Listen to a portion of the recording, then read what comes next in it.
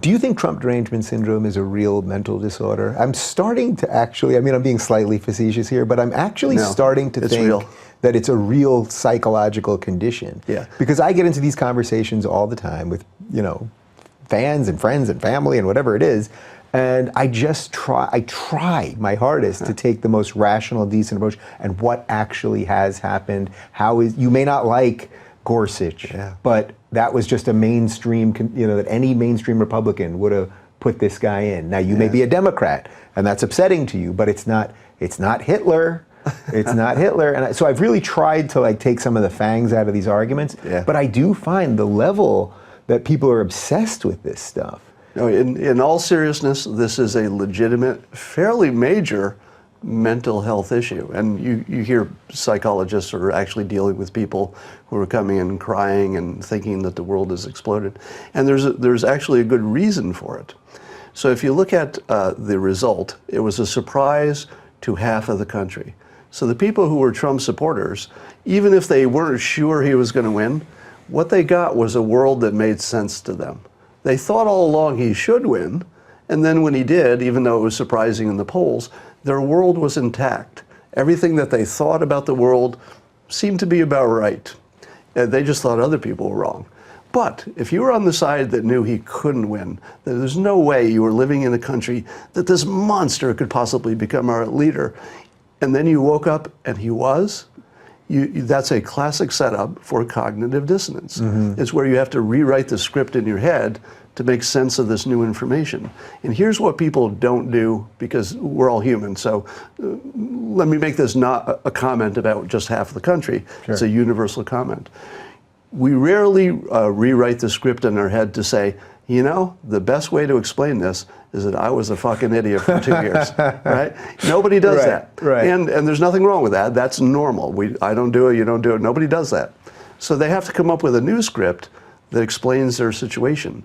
And so I think they've come up with, my God, there are more racists in the country than we knew. They voted this guy in, and he must have had help from Russia, because there's no way this happens in a natural way, because my world wouldn't make sense if he could get elected just by having policies people like. Couldn't happen. So in that situation, these people are, I hate to use triggered, but it's a specific use of cognitive dissonance.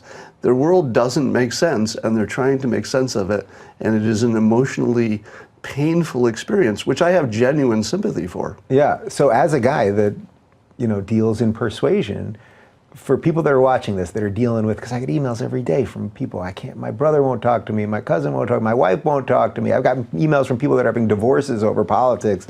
What techniques would you tell someone to do if their spouse was suffering from this condition? Well, let me tell you how strong this is.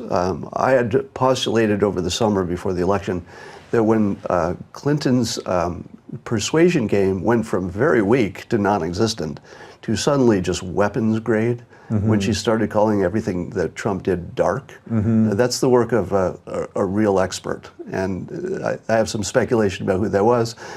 But for our purposes today, just say it was super good persuasion that was not like anything she'd done before.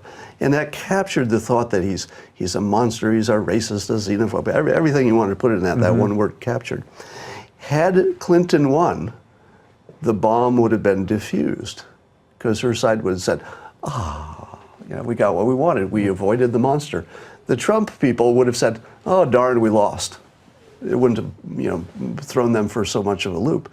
But because it wouldn't have thrown them for a loop, or they sort of would have been used to losing. So it would have been consistent with the polls. They wouldn't like it, but they wouldn't be thrown into cognitive dissonance because of it, right? It would have seemed like a normal world. But this thought that there was this monster under the bed, people lived with that as a real thing for months. And then when it didn't go away, they had to continue living with it. So that was a setup. So to answer your question, how do you get out of it? Like, how do you cure it? I had predicted way back before Inauguration Day that we would see the following cycle, or story arc, if you will. That on Inauguration Day, it would be Hitler, Hitler, Hitler, marches in the street, and we saw that. And I said that after several months of him not doing Hitler things, people would say, all right, well, it's not as bad as we thought. He's not a Hitler, but he's incompetent. And there's chaos, and he's just not going to do things right. And maybe that's just as dangerous. So that was the summer. Remember, this was all forecast by me way ahead of time, because you could see that this would have to happen, right?